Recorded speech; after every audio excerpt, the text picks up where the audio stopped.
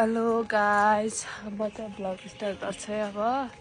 आज चाहिँ यो बाटो हिँड्छु म यताबाट। आज चाहिँ हिजो चाहिँ एक्लै थिएँ, एक्लै ब्लग बनाउनु मन त लागेको थियो, त्यही पनि एक्लै के बनाउनु भनेर नबनाएको। त्यही भएर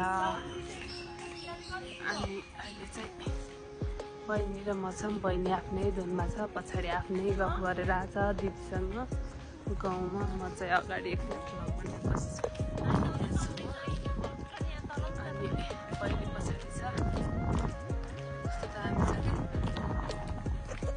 कस्तो दामी फलेको हौ। कत्रो फलेको छ, माइक्रो स्टेसन यहाँ छ। अब माइक्रोहरू त्यही झ्याउ कसम मलाई यस्तो झ्याउ लाग्छ है, यस्तो कलमा बोल्नु जस्तो झ्याउ त केही लाग्दैन मेरो बहिनी। फेरि अरूसँग त होइन, आफ्नै बहिनीसँगै बोलिरहेको थिएँ। बहिनीसँग कुरा गरिरहेको थिएँ म भने भन्न बारीमा गएन हौ, बारी भ्लग बनाइरहेको थिएँ। बारीमा गयो भने त अलिक गाह्रो पर्छ नि हौ। फेरि भ्लग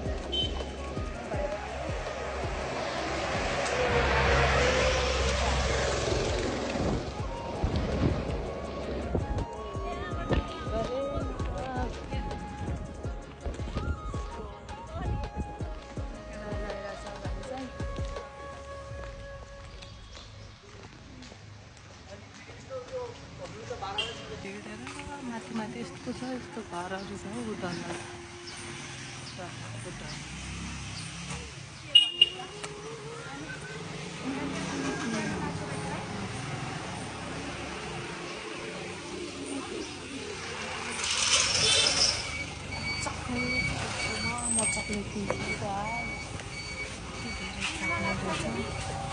कुन चक्लेट खाने हो है?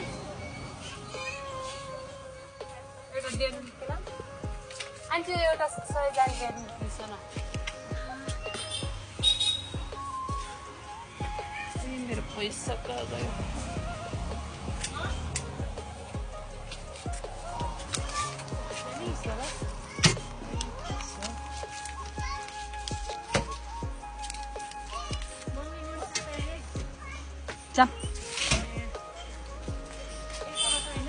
यताबाट जाने, यताबाट लग्छौँ आलु तल। चक्लेट खानुपर्छ कि, पिरियड भएको बेला चक्लेट खानुपर्छ। गुलियो फुलियो खायो भने पेट दुखेको अलि आराम हुन्छ कि, गुलियोहरू खानुपर्छ अरे है। अब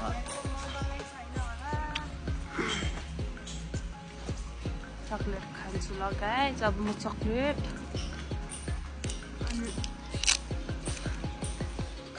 प्रब्लम हुँदा भएको पीडा त केटीहरूलाई मात्रै थाहा हुन्छ, कति गाह्रो हुन्छ। त्यही पनि काममा आउनुपर्छ, काम गर्नै पर्छ।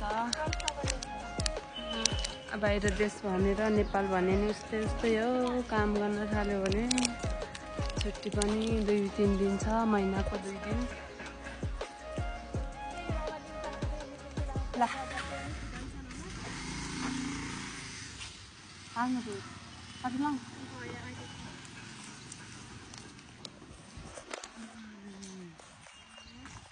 खाए ल गाइस।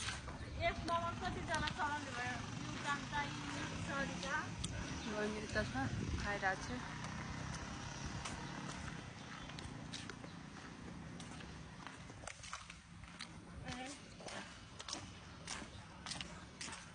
ल ल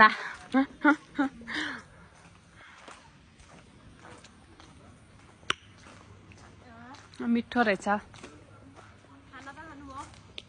मिठो त मिठै छ। पिरियड भएको बेला चाहिँ कस्तो के खाँदा, झोलिलो कुराहरू खाँदा, के खाँदा आनन्द हुन्छ, ठिक हुन्छ पेट दुख्नलाई भन्छ। मेरो त झन् दुख्छ बाफ्रे। काम गर्ने नजिकै आयो गाइस। अब यता होइन, हामी जानुपर्छ यता। अब हामी चाहिँ कामतिर लाग्यो, नजिकै आइसक्यो काम पनि।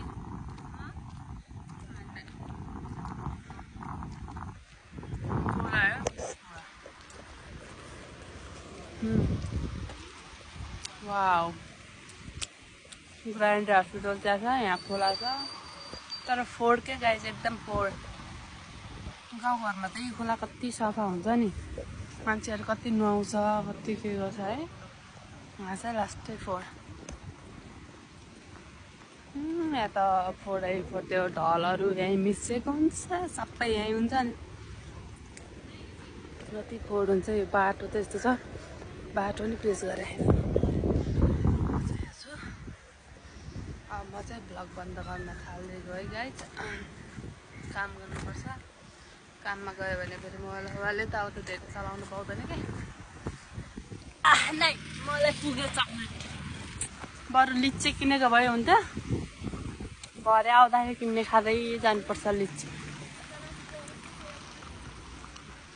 यो खोलाबाट त हुत्तै तल गयो भने त गाइस फोहोरमा पुगिन्छ भो सफा पानी भयो नि यस्तो गर्मी भएको बेला नुहाउन मजा आउँथ्यो अब यस्तो फोहोर पानीमा पऱ्यो भने झन् शरीर चिलाउँछ गाह्रो हुन्छ हौ गाह्रो गाह्रो छ नि गाह्रो आज चाहिँ म नयाँ बाटो आएको नयाँ बाटो आएर हेर्नु न कता कता चढेर हिँडिरहेको छु म चकचके नि यति चकचके छु फेरि यत्रो ठुलो भइसक्यो बुद्धि आउने होइन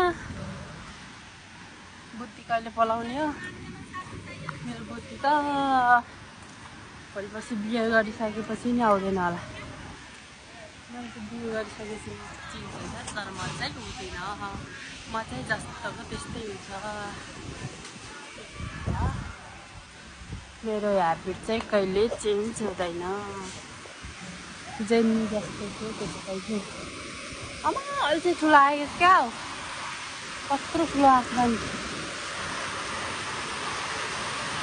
अहिले त कत्रो ठुलो आएको हेर्दा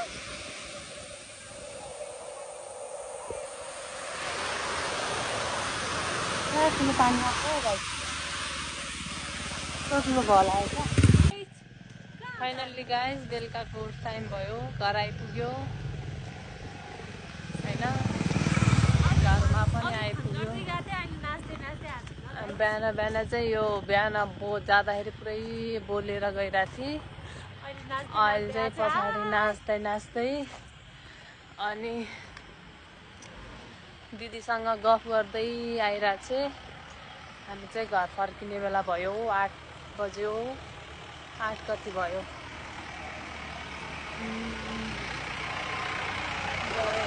गाडी अनि यता चाहिँ अब हाम्रो घर आउन थालिसक्यो अलिकति बाँकी छ हेर बहिनी बिहान कलमा बोलाएको अहिले चाहिँ मसँग छ सपमा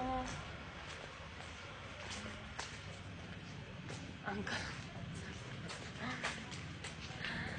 अङ्कल हुनुहुन्छ अब हामी चाहिँ घर आइसक्यो अब थोरै बाँकी छ थोरै यति बाँकी छ यति आयो आयो आयो आयो आयो गाई हामी घर आइपुग्यो यहाँबाट उज्यालो त्यो घर त्यो हेर ढागर कसो देखेको आमामा बहिनी हेर लुकी हेर आसु त्यो घर हो लगाएछ म चाहिँ गएको है बाई बाई ल म भिडियो बन्द गर्छु लगाउँछ बिस्तारै ल